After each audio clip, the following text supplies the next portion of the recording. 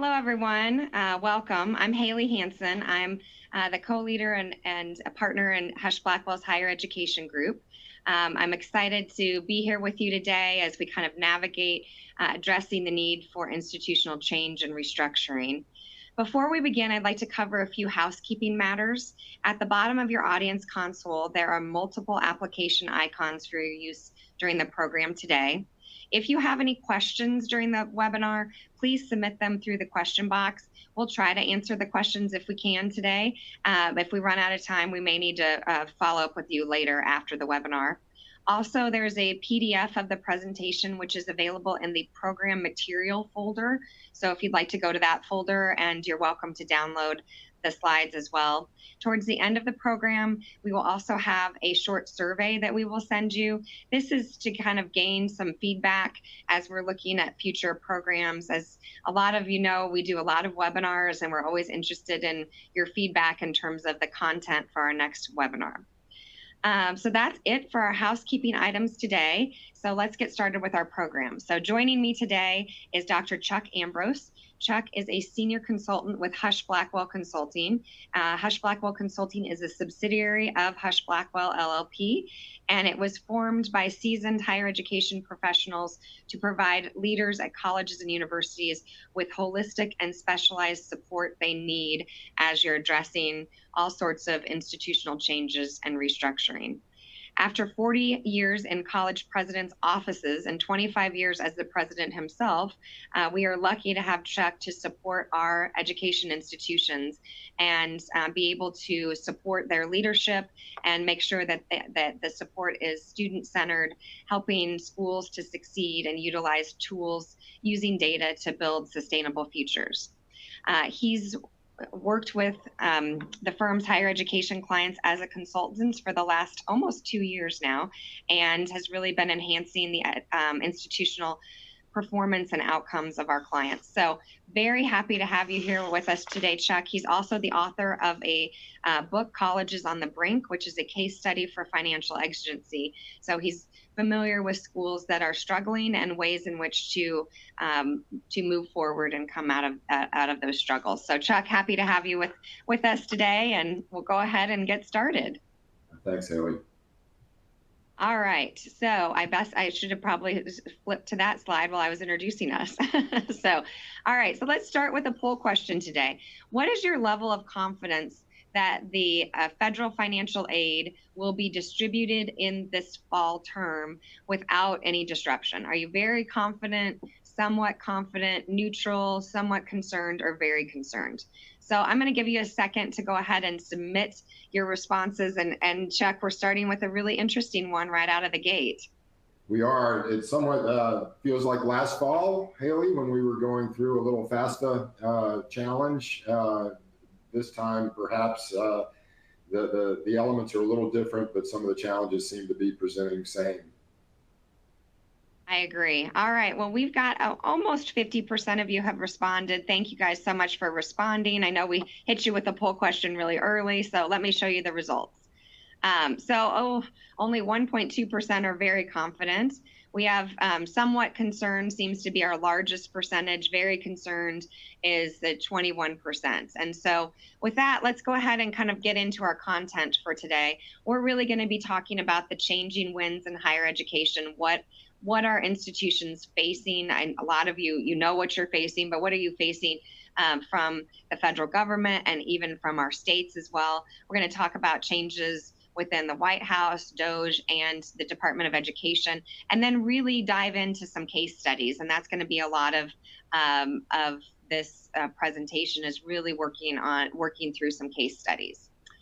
All right, so when we talk about the challenging headwinds facing higher ed, this is an ominous picture of a lot of storms, and unfortunately a lot of people are dealing with storms right now. So we're certainly thinking of all of you that are dealing with those storms. But I think the question is, what is going to happen with the future of higher education? So the next poll question I want to ask you is, do you have contingency plans in place if there is a disruption? So we saw that about 45% of you, actually about over 65% of you are either very concerned or somewhat concerned. Have you developed your own contingency plans if there is some disruption that happens in our August timeframe? So yes, no, or not sure. So we'll give you a second to answer this poll question for us. And then we promise we'll stop polling you every 2 slides. All right, we've got about 30% of you responded. We'll get a few more and then we'll show you the results.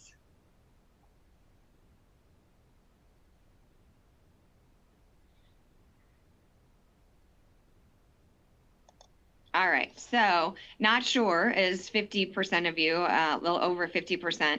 And then some of you have contingency plans, some of you do not have contingency plans.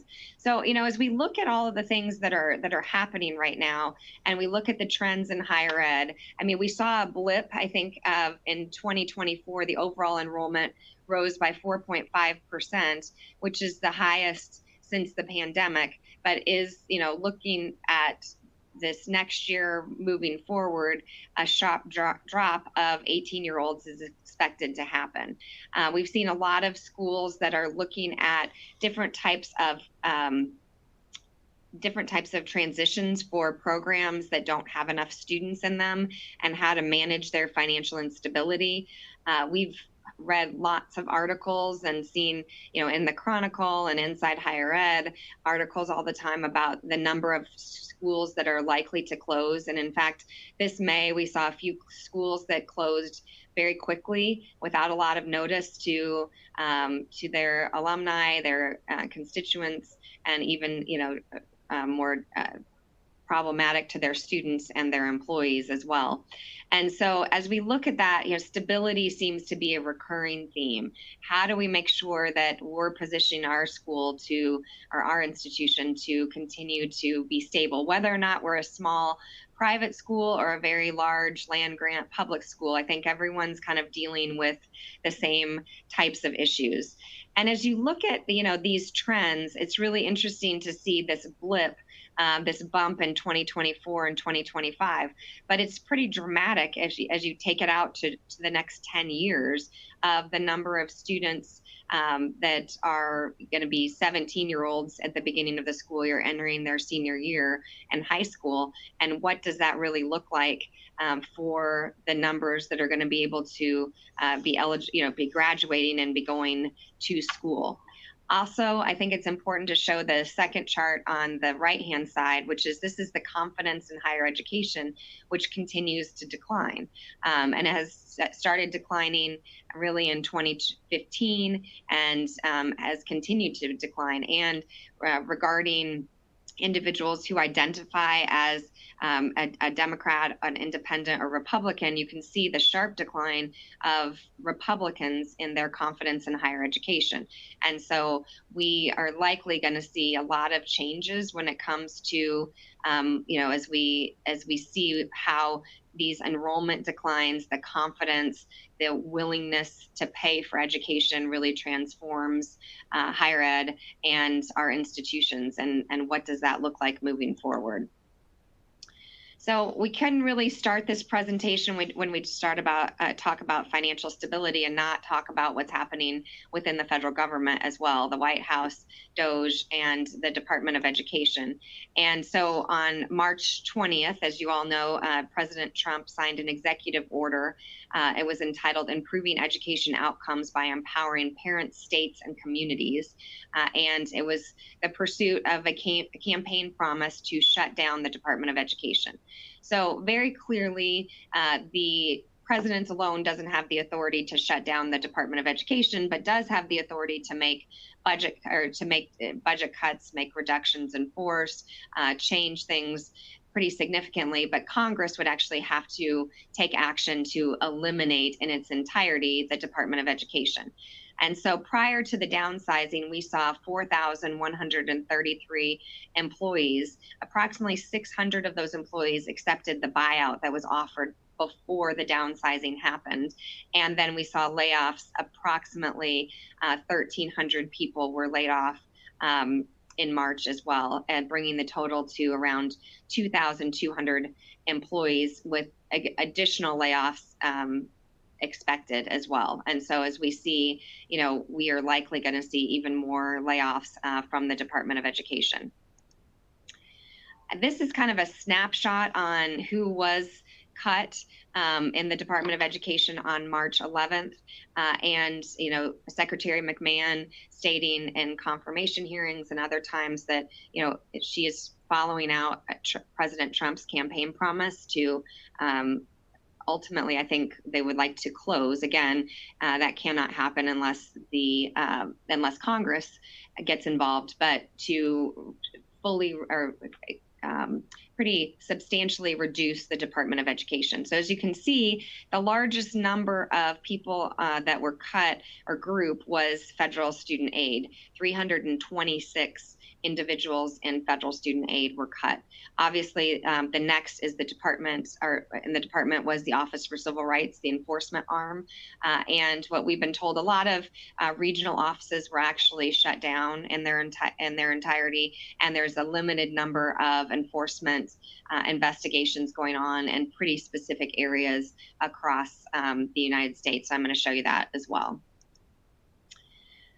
So the question becomes, what is the future for the department, and what are we going to see? Again, Congress is unlikely to really pass legislation, at least at this point, to shut down the Department of Education. When we look at the USAID, it kind of served as a test case for a way in which the federal government could terminate programs without actually terminating the agency, and get it down to an agency which is very small and doesn't carry out a lot of the things that they normally would have done prior to all of these cuts.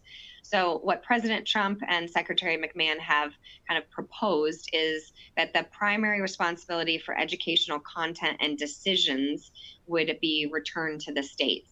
And, likely when it's in the K-12 setting, we see a lot of local school boards who are already making their own decisions in terms of content of what's being taught within school districts. And so that already occurs in the K-12 setting. At the higher ed setting, it's a little bit different because a lot of the public institutions do report to the State Board of Education in their particular states, but a lot of states do not have a mechanism upon which private schools report to the state.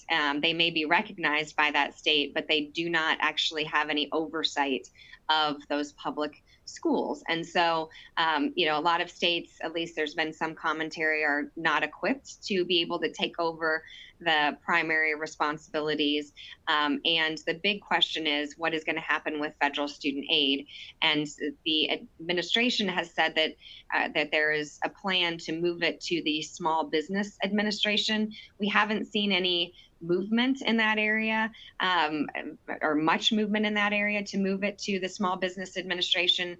And in fact, there were at least some reports from the Small Business Administration that they'd received cuts too. So taking on federal financial aid may be very difficult in terms of having enough people within the Small Business Administration to actually make sure that aid is dispersed in the same way. So, and looking at all that, I think, unfortunately, there's a lot of uncertainty right now as to what's going to happen and how that looks for disbursements as you're drawing down aid in the fall. Grant administration also was proposed to be moved to other agencies, HHS, the Department of Interior, and Labor for grant funding, and changing requirements for grants as well. And then civil rights enforcement moved to the Department of Justice. And we're also hearing, and this is kind of anecdotally, but the Department of Justice has been cut as well. And so, they had individuals who took the buyout as well. So they don't have as much staffing in the Department of Justice as they've typically had as well. And so obviously getting an increased workload of civil rights enforcement. And there is an amount of civil rights enforcement that is still being retained by the Department of Education as well. Okay. So what does this mean for this fall?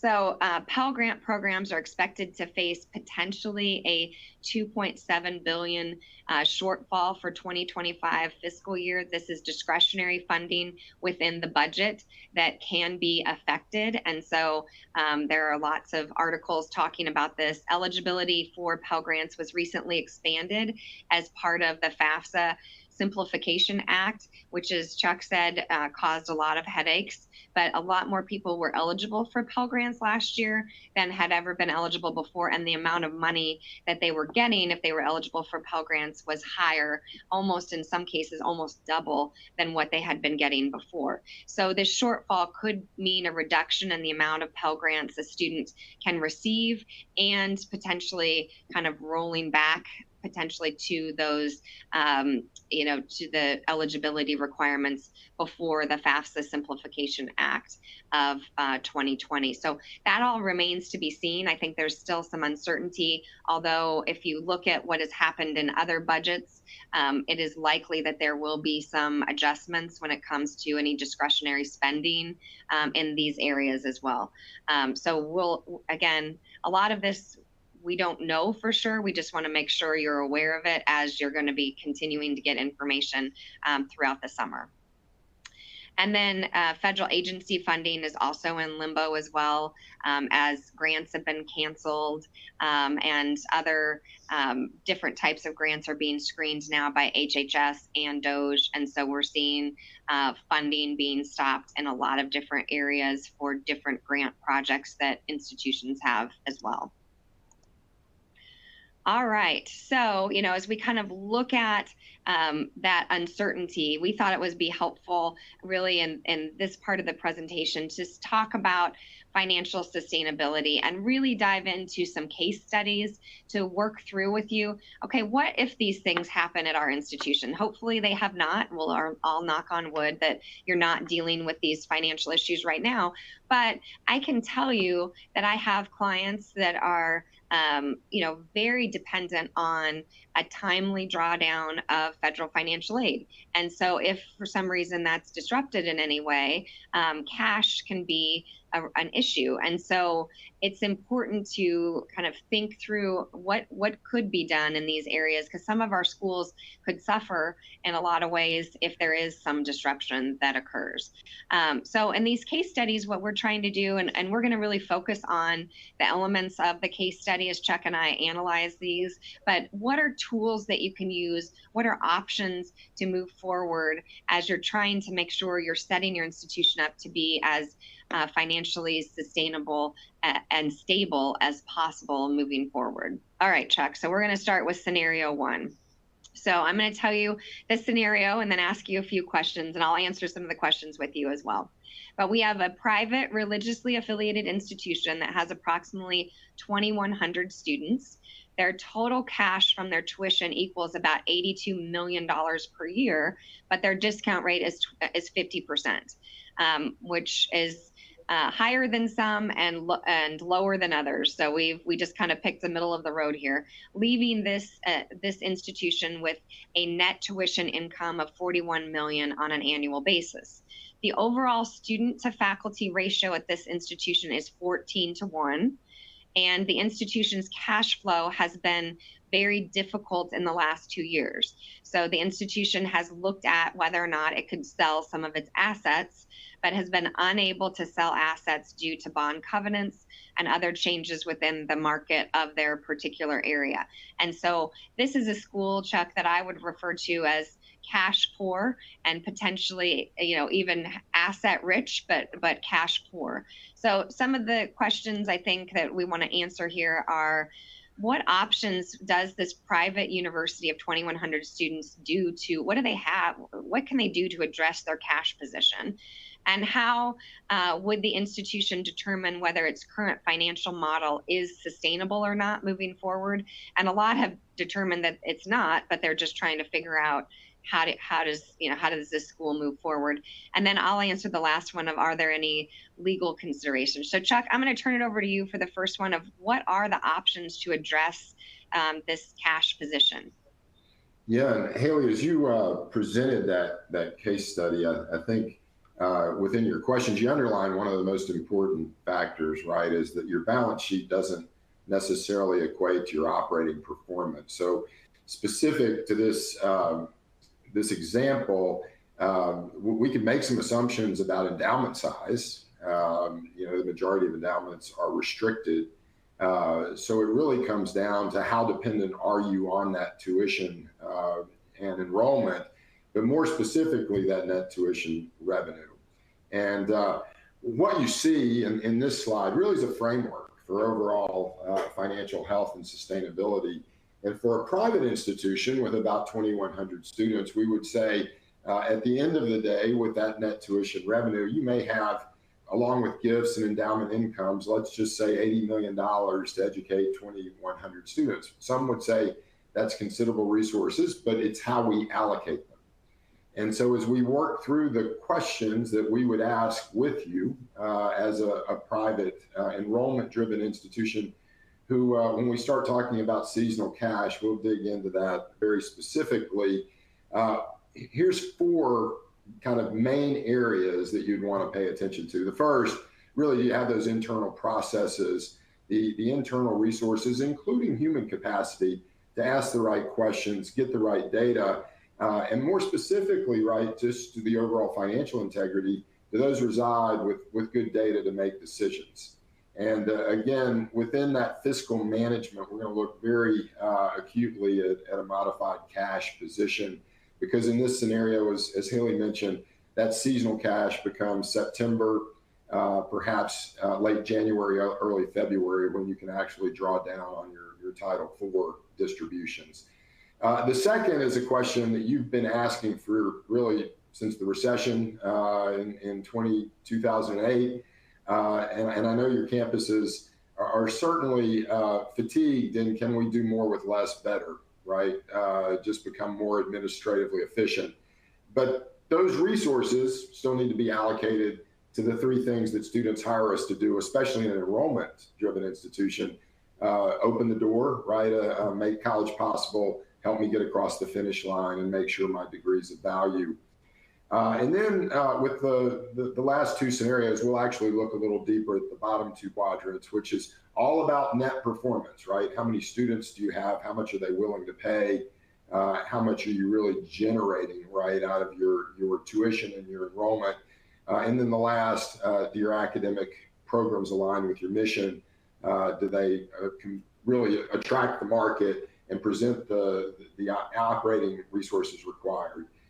So Hayley, really this framework kind of turns to, if you are that private institution with 2,100 students, a quick assessment of the next slide and kind of your place. Do you have the data? And for many smaller institutions, that's a challenge. Those data points reside in a lot of different places: the registrar's office, student accounts, admissions, enrollment, financial aid. One of the most important parts of really being sustainable is getting your data integrity into a usable position where you can act on it, making decisions. Again, we'll talk specifically about cash, and then ultimately the thing that ROIs the most are your people, where 75% of your spend, and especially in the people that drive your primary core business, which is instruction. So let's think about this. The easiest analogy for this institution, as it is for most institutions, is to think about it the way we think about our own households. How much money are we bringing in every month? How much is going out in expenses? How much do we have in savings? And then how much are we having to rely on our savings to pay our monthly expenses? Actually, it's not dependent on size or resources, but knowing, right, about your cash flows. Many of you use cash pro formas just to know about how many days you have cash on hand. But in this environment, and I think through Hayley's update through the challenges, many institutions are challenged more with liquidity.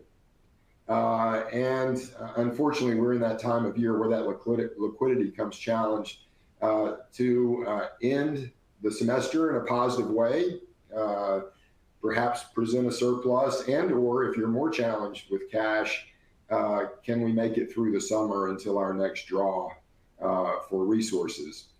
So a modified cash budget is a great exercise for this campus. It does a couple things. It gives you a real-time assessment of your current state. It allows you, especially if you're using 2 or 3 years of historical data, to have a pretty accurate, right off your ledger, right out of the bank, how much cash is coming in and how much cash is going out. And I think, Hayley, the most important consideration in this is cash can't be embellished, right? It is what it is. And then the last, which speaks more to process, does it really help to cast a new lens on what we spend? You know, many campuses drive budget to actuals. Most campuses think that if it's in my budget, then it must be cash. And the question is, do we really have to spend those dollars? Is it must have, is it need to have, or is it wants that we're spending our resources? And in this case, when cash is a challenge, in this scenario, the suggestion may be to actually operate from that modified cash budget, to put pretty significant restrictions on your spending, to have an approval process by which most expenditures, especially contracts, procurement, purchasing, travel, are reviewed and really approved at an institutional level. And one thing we do know through using modified cash budgets, when you pay that degree of attention to what you're spending, your cash position will improve. Now, it can be accelerated in many ways, especially with your headcount, your staffing, your payroll, because ultimately that's the largest expenditure in anybody's monthly expense is payroll.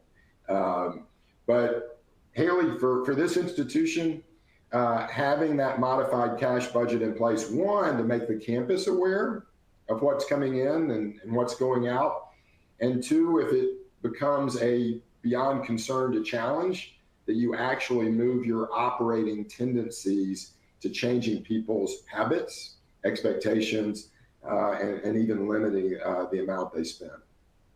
Yeah, Chuck, I mean, you know, one thing that I think I've seen a lot, and I'm curious to get your reaction to as well, is, you know, sometimes at, you know, a 2,100 student institution like this, we worked with a lot of them, they'll come in and at least from the employees side of the house, it will be, well, it's in the budget. And so, you know, so therefore I can spend everything because it's my budget and it's in the budget. And there have been factors that have happened, because sometimes if you don't have a modified cash budget like you're talking about, you may not really understand what your true cash position is until the end of the year. And you're going through your audit, and that's too late at times. And so really trying to get an understanding of spending habits from, you know, anyone from faculty to, you know, to other employees of the institution can be really helpful, because a lot of times what we hear, well, it was within the budget, and the budget then didn't take into account things or wasn't modified after things had happened during that year that were financially difficult for the school. So have you heard that as well? Yes, and I think one of the really hardest parts of becoming sustainable and change management is when the campus says, oh, we didn't know this, right? How did we get in this position? Why did we not know, right? So as you're considering that, I would encourage, it's the hardest thing, but transparency by virtue of your current state position. A tool like a modified cash budget, again, can be one of your best teaching tools to actually bring people into a sense of responsibility that what I do every day actually matters, and I can contribute. If I don't have to spend that dollar today and can wait till the next fiscal year, I can actually help improve my institution's cash position. So it helps share responsibility, it builds awareness, and in many cases where institutions have slid into crisis, campuses, the majority of people on campus have no idea that cash is an issue. Yeah, and I will say I hear that all the time, especially with schools, or they'll say, "Oh, well, administration always says it's a tight year. Like it's just, we've been there, done that. We always find a way through it." And it's interesting that I think a lot of schools have got a lot more buy-in or shared governance or however you want to frame it, by being more transparent about money versus nobody really knows what's going on. And I do think it creates a level of trust as well, as you really need, this school that we're talking about, 2,100 students, 14 to 1, student to faculty ratio. I mean, just looking at the numbers on the page is likely not sustainable unless they're taking money from their endowment or getting gifts to continue on, to make sure that they're covering their budget. And at times that those can be up and down, and some things may not come in like you think they're going to, or investments may not do as well as we think they're going to. And so therefore, you get into this position very quickly. And I think that is the thing that can erode the trust so quickly, is why didn't we know? If this was happening, why couldn't we have helped? And this is a way that you can really try to build some confidence. Yeah, and Hayley, going back as a private college president, the goal used to be to finish in the black.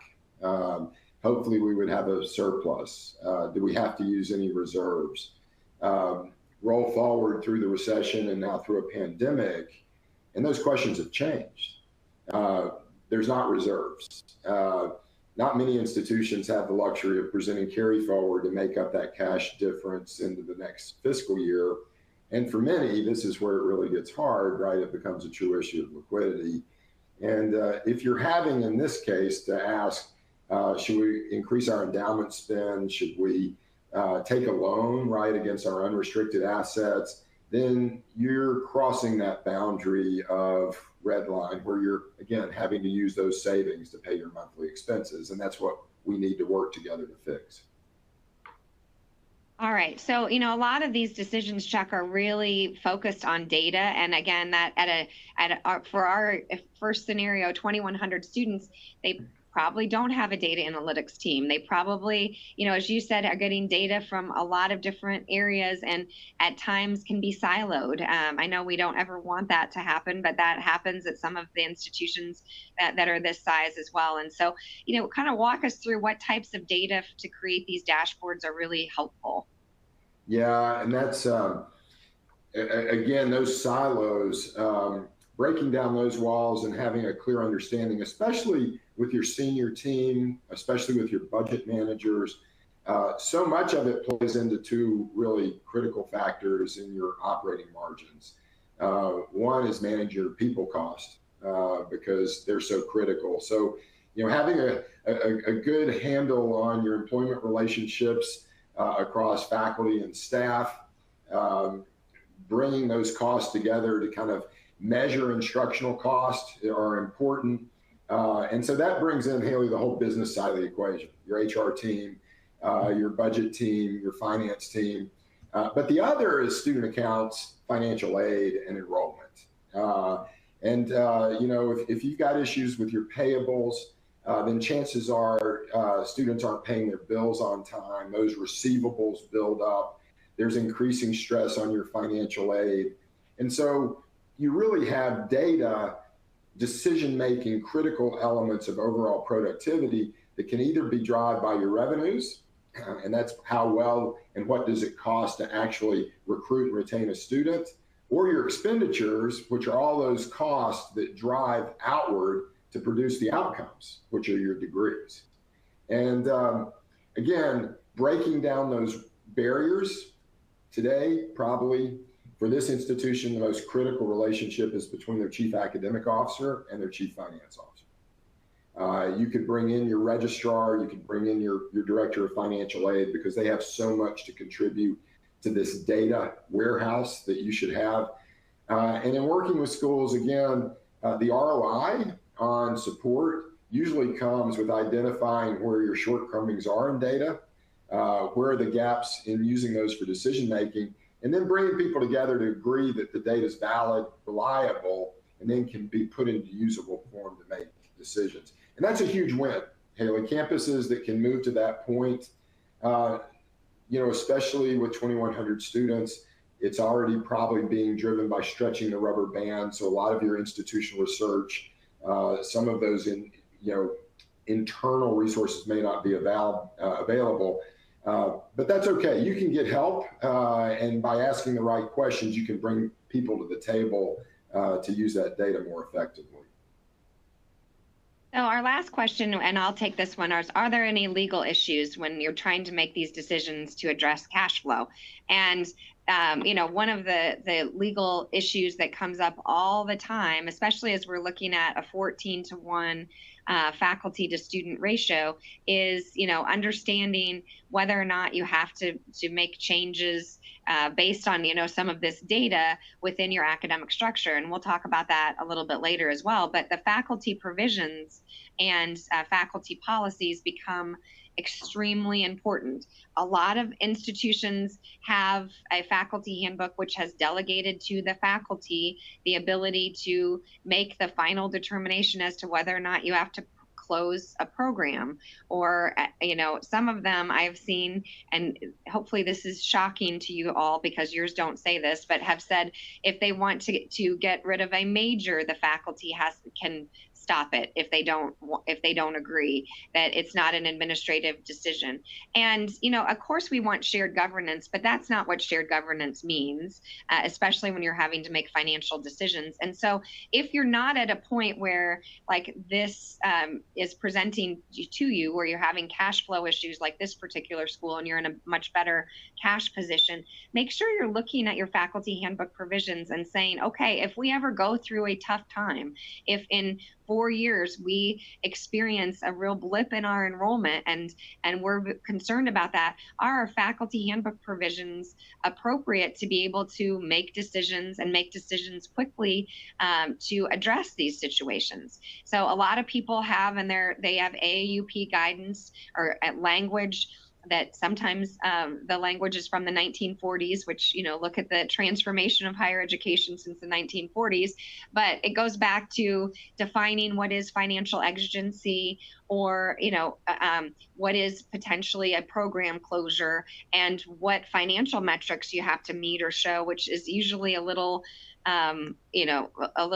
vague, to be honest, as an attorney looking at those things. So, I think it's important to really look at your handbook to see, what options do you have? And, oh, by the way, we give out contracts. Usually, some people give them as early as January when they don't even know what their incoming class is going to be. Some people, they wait until March or April to give out their contracts, but do the contracts align with your faculty handbook? Have you had revisions to your faculty handbook to make sure it's up to date?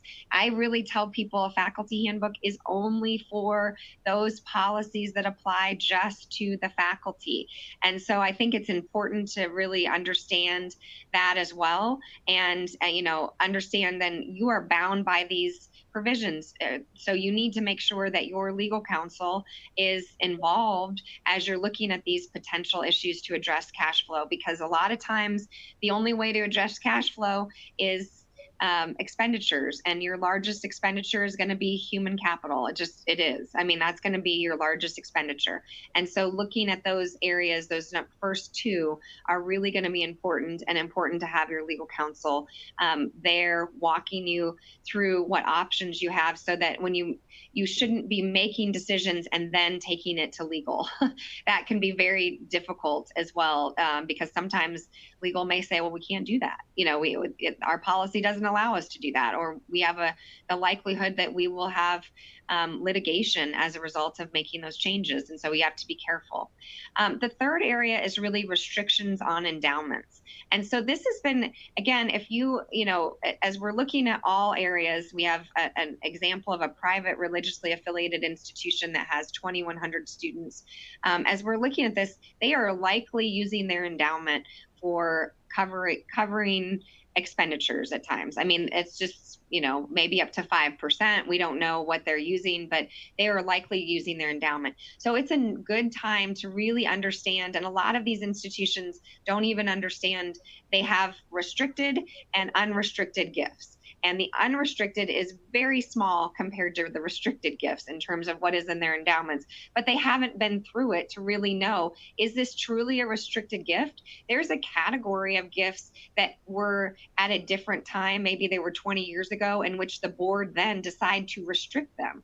If that's the case, depending on what state you're in, again, get legal counsel involved. We've had institutions that have looked back and determined that these really were unrestricted gifts. Some of them were estate gifts that were given, and it just happened to be the board policy to put it into a restricted account because they wanted to be conservative about their spending. But now they really need more access to their money. So looking back at, what is the history of some of those gifts? Are they truly restricted by the donor? And if they are, they need to continue to be restricted. Or are they something that the board, that one of your previous generations of your board decided to restrict to try to continue to save money? And should we make other decisions right now if we are a cash poor institution, that we need to have access to that, and we need to make other choices? Again, that's kind of the last resort, but maybe it gets you a gap to make some of these other decisions that take longer to right size your institution, essentially. And then also looking at your accreditation standards and making sure that you're meeting standards with the Department of Education to continue to be able to be sustainable. There's both accreditation standards and the department standards as well. And so I think that's really important legal issue that you always need to be considering. So walk hand in hand through legal again, or with legal when you're analyzing these issues. When you're looking at things like a modified cash budget, I don't think that has issues to do with legal, but as you get into kind of more than just a modified cash budget, if we're going to change what our stipends look like, if we're going to eliminate some of the release time because it's costing us too much money, those decisions all probably have provisions within the handbook that you need to look at, or potentially other policies that you want to make sure your legal counsel is weighing in on that early on in the process. Okay, we're you and I are long talkers, Chuck, so we're only on scenario 2, but we'll pick up the pace.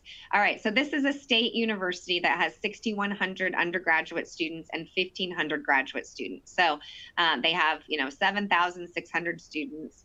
The university offers master's, doctoral degrees, and has 105 majors, 225 minors. However, a big percentage of their student population is really in the health science and pre-professional medical programs. And so they have a lot of their students in that. And according to this school, they think that's really what's driving their budget, is they're making money off of this 32%.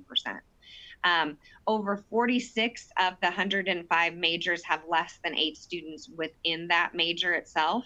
And the university was recently involved in a public dispute with the state legislature regarding its D&I programs, and lawmakers are threatening and say that they're going to withhold money for a blatant disregard for the law in that particular state.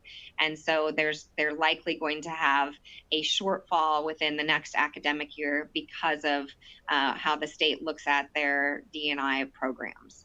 So Chuck, why don't we go ahead and turn the first question over to you. What are some options to address this immediate shortfall? They don't know exactly how much, again, but they're thinking, and they get state aid, obviously, which a lot of schools has been shrinking over time, but what are ways to address that? And then I'll cover maybe the D&I issues as we look at how to address this issue with majors and minors as well. So. Yeah, and it's very helpful to think that our first scenario kind of builds into the second with some of the same strategies, especially with institutions being challenged with seasonal cash in ways that they probably maybe could not imagine, having state funds withheld by virtue of legislative intent, or federal funds being withheld for grants and contracts or indirect cost. So all of these have the opportunity to make bigger institutions seem small, and small challenges all of a sudden get to be very big, right? So that you have to address. From the actual operating integrity, in this scenario really draws this out in so many different ways. How many majors, how many students, And then where did the majority of those programs actually meet market needs? That institutions now need to have a degree of data-informed measurements in terms of their instructional cost. I could say most, if not all of you, have already tried to create as many administrative efficiencies, use open positions, retirements. A lot of the tools have been in place on your campuses for years. But one tool that is probably less frequently used that answers one of the most critical questions to address this scenario is basically designed to answer a fundamental question: how much does it cost to produce a degree? Now that sounds simple, but as a president, I've been asked many, many times by board members, can you tell us how much it costs to produce a degree? At the same time, as a president, I've asked campus officials, right, team members to say, how much does it cost? And it's a complicated question. As Hayley mentioned, in good times, you can identify your signature programs, the programs that drive you, the things that you're known for, things that you're nationally recognized for. If in this scenario you said, hey, we've got 11 health science majors that educate 40% of our students, those are the things that you want to amplify to the market. Those are the things that you want to invest in. But chances are, going back to your internal processes, you may still budget incrementally and or the same way for those programs as you do student programs with less students. Now in these times, right, this is a segment of breaking down silos over actually answering that question. Are your programs sitting on their own bottom to be driving enough enrollment, driving enough net tuition revenue to pay for their cost? Now, rule of thumb would say that about 40% of your academic portfolio ought to be able to help subsidize the remainder of those programs. In Hayley's example, if you have low major programs, under-enrolled programs, getting down to programs with single digits, are there things that you need to either invest in to increase enrollment, reduce the investments in those programs, or consider eliminating them altogether? And then the power of an academic portfolio, which is not as frequently used as some may think, you can educate yourself and then educate the campus the current state of my program productivity. And Hayley, that next slide has a great example. But let's say your appropriations in this case have been held constant to inflation for 15 years, which is the case for most states and most public institutions. Your enrollments may be challenged just by virtue of demographics. Most likely your state has put a tuition cap on you that you can't increase tuition at least beyond inflation. So your ability, right, to generate extra new revenue is encumbered. And so when you look, and this would be an example of a campus that said, let's set a financial target. We need to create $4 million of savings from our academic programs. Well, in this example, you can just see on the left side the number of programs that have less than 8 students enrolled. While at the same time, you can kind of see your credit hour production per faculty on an annual basis.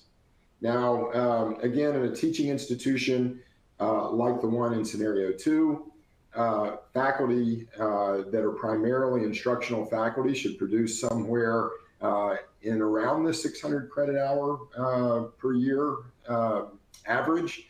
And as you can see, only one, in this example, finance, approaches 500 credit hours. And so you're scheduling the number of courses you offer, the sections you offer, the labs you offer, the expectations for both load and class size literally can produce, Hayley, to your question, immediate savings, right? Simply just by recognizing the ways that you're allocating your faculty. Last quick example, we talked about internal controls. As you look at those instructional costs, they may include stipends, they may include overload, they may include release time. And many of these things have been done when you couldn't give raises. And you want to reward great people doing great jobs. But over time, they accumulate. They draw out your productivity. And that may be an area, and in some cases, Hayley, we've seen mid to upper six-figure savings just by looking at your release time and stipends and managing those more aggressively.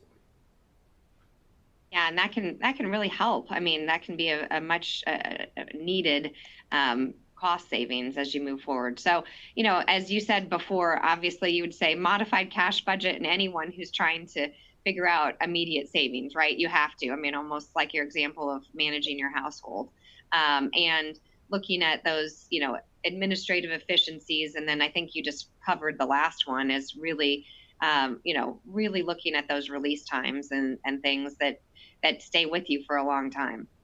Yeah, with the degrees of administrative and student support costs, I do think we're at a place where we need to think about reallocating our workforce to the things that drive revenue.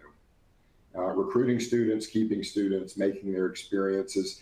And in a public institution, Hayley, those are clearly defined, they're measurable, but are the people and the dollars we spend in going to those activities? Makes a lot of sense.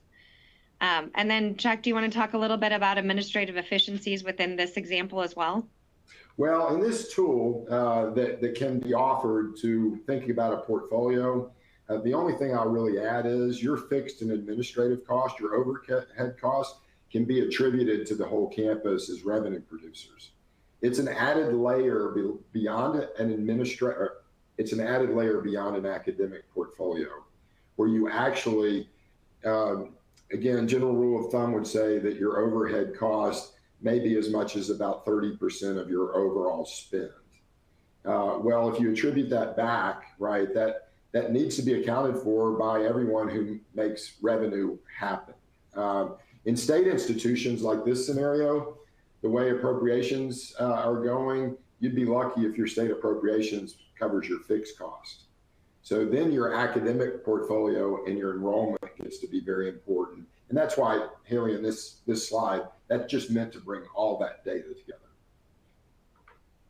And then the last was just, how do we identify these issues with the DE&I question with the state? And, this goes back to the executive order from President Trump that came down and essentially, said that it was focused on all federal employment practices, right? This happened in January, and had the Office of Management and Budget terminate all of the federal mandated policies, programs, preferences, and activities related to DE&I. A lot of states either did this before January 20th or have had legislation that's pending that will likely go into effect regarding DE&I as well. And so, as we look at how you're, looking at your programs, I think what's really important, and when we talk about, how do you tackle this issue, is to make sure that you're supporting your students and that you are not losing sight of your mission, vision, and values, and figuring out what is the best way that makes sense, that you can still communicate, that you're going to stay true to who you are as an institution while trying to navigate some of these other pressures that schools are under, and then looking at potential shortfalls if lawmakers do not agree. And so I think, that is going to be a challenge for a lot of schools, especially in states in which have state legislation that's been enacted either prior to when President Trump took office or this legislative session as well. All right, we only have a few minutes, Chuck, so we're going to go quickly through scenario 3, which is a private university that has about 2,500 undergraduates, but they're a Division I institution. And during the 24-25 academic year, they had an operating deficit of $450,000 in athletics. This deficit does not include the number of unfunded scholarships out of the general operating fund or the students' four student athletes that actually totals about 16 million. They are planning for another operating loss. Just of that top number, that 850 is going to go up to $1 million in FY26, and there needs to be some control over how do we address this spending deficit. And so again, we're going to talk a little bit just very briefly about the House settlement and what that can mean, and then Chuck, I'll let you talk about what type of assessment and data you need. So the House settlement, most of you have heard about House versus NCAA, Hubbard and Carter, and this is, first occurred and went to the judge in about a year ago, and the case was argued that college athletes were entitled to damages based on their inability to earn compensation from third parties for NIL prior to July 1st of 2021, and that they were entitled to a share of the television broadcasting rights to their games that were broadcasted. And so again, those are kind of the legal elements of this. This current House settlement is in the final stages of approval, although each time there was a hearing in April, and each time there's a hearing, it is pushed out a little bit. And so now we're hearing again through the grapevine that this may be finalized in July of 2025. So, that's what's happening kind of legally. Chuck, why don't you use the last couple minutes and just talk about what you can do to address these shortfalls, especially if you're an institution with Division I athletics with a small campus population. Yeah, thanks, Hayley. And I will kind of partition out the P4 institutions that have a different kind of model. Their financial sustainability questions are in a difficult spot right now without the settlement in play. This probably speaks more to those within House terms that would opt out or consider impacts on Divisions 2 and 3, because this does somewhat change the landscape for all institutions across all three divisions. And it really does bring up against a resource allocation model athletics into an assessment of what impact does it really have on your overall institutional productivity. Athletics cannot sit in a silo financially and drive as much cost. And again, it's not just the operating cost, it's the amount of discounted tuition that it takes to resource. And we've seen a lot of scholarship over the last couple of years about institutions that may have as much as 75% of their enrollment are student athletes. Most of those receive significant scholarships. And as one small college president told me, we wouldn't have students if we didn't pay them to come to college and play sports. Well, that's not in a professional model. That's within an enrollment-driven context. So the goal of this is to think about it differently. How do we make athletics part of the solution? How do we use roster size? How do we use enrollment? How do we use the combination of academic and athletic aid to drive more net revenue? And it is true that there's as many Division I institutions asking this question, Hayley, as there are Division II, which is designed to use partial scholarships, and Division III that leverages tuition to drive enrollment in a different way. You can make choices about competitiveness. You can emphasize things that are known signature for your programs, but at the end of the day, it is not a sustainable model to give up that much out of your general operating fund to resource programs. So you have to take that enrollment, you have to take those rosters, and be willing to recruit students who are willing to pay a little something to get a college degree, bottom line. And so you measure that in the very same way that you would your tuition optimization for financial aid. It's just very specific to your athletic program to know how much net tuition revenue is your athletes actually providing, and can we improve that? And so it becomes part of the solution again. And it can really make a difference, but it takes a different lens, and then it takes a different mindset about how we're delivering college sports today. And I think that when you talk about, it affects all divisions 1, 2, and 3. It also, you have to look at it if you're an NAI school too. I mean, a lot of these institutions have athletics, and it is a big driver of their enrollment, and in a lot of ways. So I do think that's really important. Okay, so check, tell us, walk us through our takeaways with our last minute, and then we'll try to answer a couple of the questions. Just real quickly, we all understand we're not by ourselves. Many of the questions you have to ask, just don't wait too long. You wait till November to ask these questions, and you only have half a fiscal year to fix them, because the second half of the year, the power of data-informed decision-making is multiplied with transparency. Use it to teach your campus, use it to build awareness, and then you'll get the buy-in and engagement. As Hayley mentioned, it changes shared governance, because then everybody has a shared stake, right, in the performance of the institution. And I can't tell you, it's so important to have your handbook updated, know the employment relationships. There's a lot of decisions you make that you may just be precluded to because your own policies and processes won't let you. Yeah, and then you get to the point where you're at odds with your faculty. There's there's things that they don't, shared governance is a question of what does that mean, or they don't want you to make changes. And so try to do that earlier rather than later. One of the questions that came in early that I want to answer is just, Chuck asked a lot about, and you've had to lead an institution that has had to declare financial exigency, but it has a stigma that's attached to it. And a lot of people don't want to do that because of that stigma. And so, as we talk about what are the changes and, moving forward, are there other options, other than financial exigency? And the answer is yes, but it all goes back to the faculty handbook and what you can negotiate, and, what you're going to put in the faculty handbook.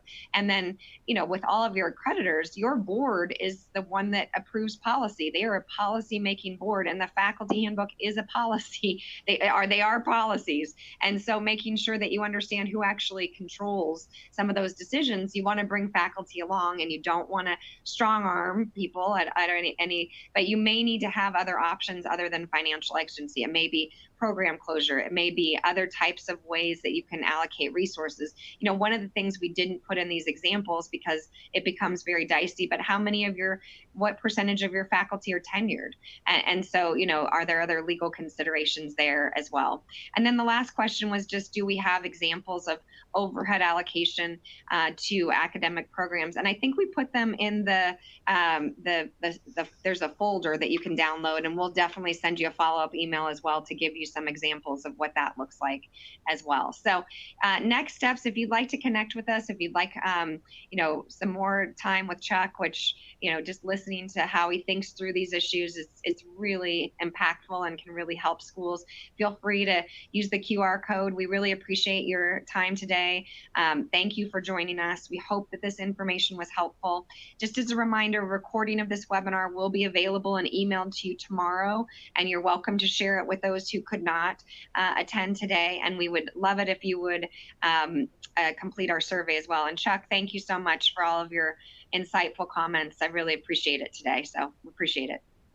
Appreciate it very much. All right. Thank you.